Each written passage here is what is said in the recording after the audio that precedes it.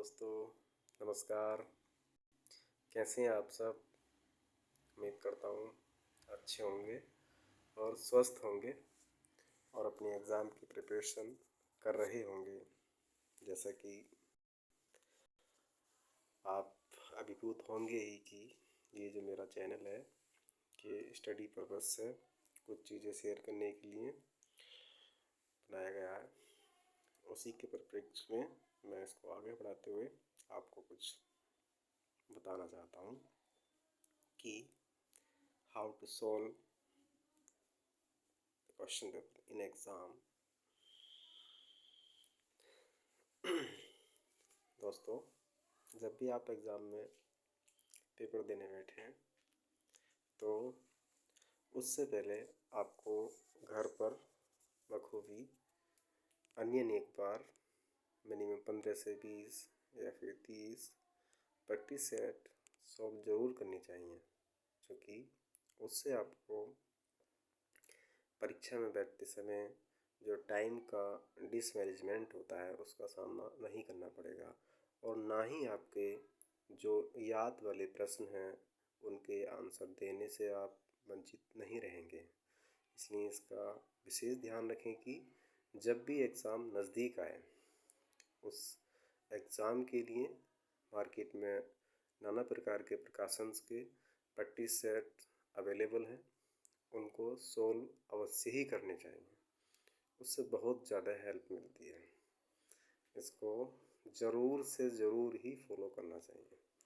दूसरा कि paper solve करते समय एक तरफ से पेपर सॉल्व करना चाहिए या कि सेक्शन वाइज करना चाहिए या कि जो सबसे पहले याद आते हैं वो करना चाहिए।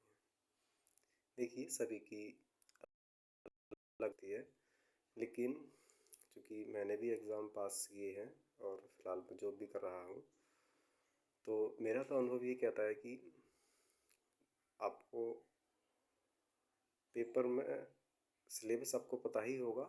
जैसे सपोज़ किसी पेपर में हिंदी, जीके, रीजनिंग, मैथ है, तो इसको सॉल्व करते समय सबसे पहले आपको हिंदी सॉल्व करनी चाहिए, क्योंकि हिंदी कोई टेक्निकल लैंग्वेज तो नहीं है।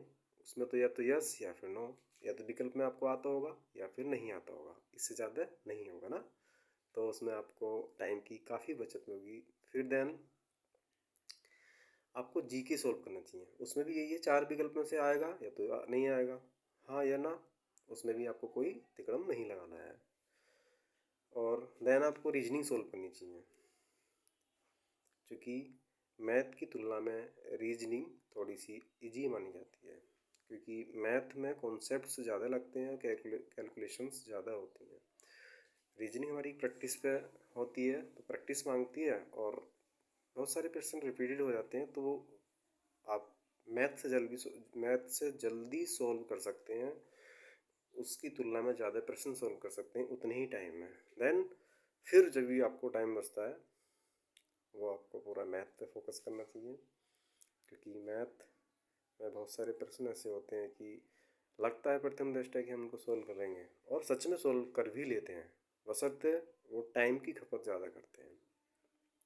तो इन चीज़ों को ध्यान में रखते हुए हमें सबसे पहले मैथ में वे प्रश्न सॉल्व करने चाहिए जो लगता है कि हम सॉल्व कर लेंगे और इजीली सॉल्व कर लेंगे, और उसका वैल्यूएशन माइंड में कर लेना चाहिए कि ये टाइम ए की तुलना में कम लेगा, बी ज़्यादा लेगा, तो मुझे पहले ए करना है।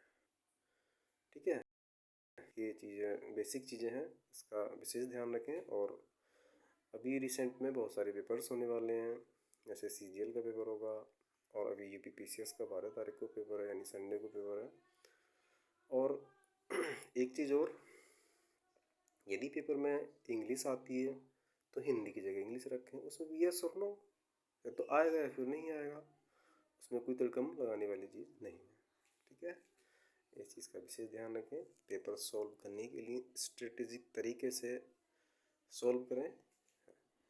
ऐसा नहीं कि पेपर एक तरफ से सॉल्व करते जा रहे हैं, मिक्सअप आ रहा है, तो उसमें कई बार मुझसे एक भी आता, 2 भी आता, 3 भी आता, लेकिन 2 नंबर जो है आता तो है लेकिन टाइम ज़्यादा लेगा।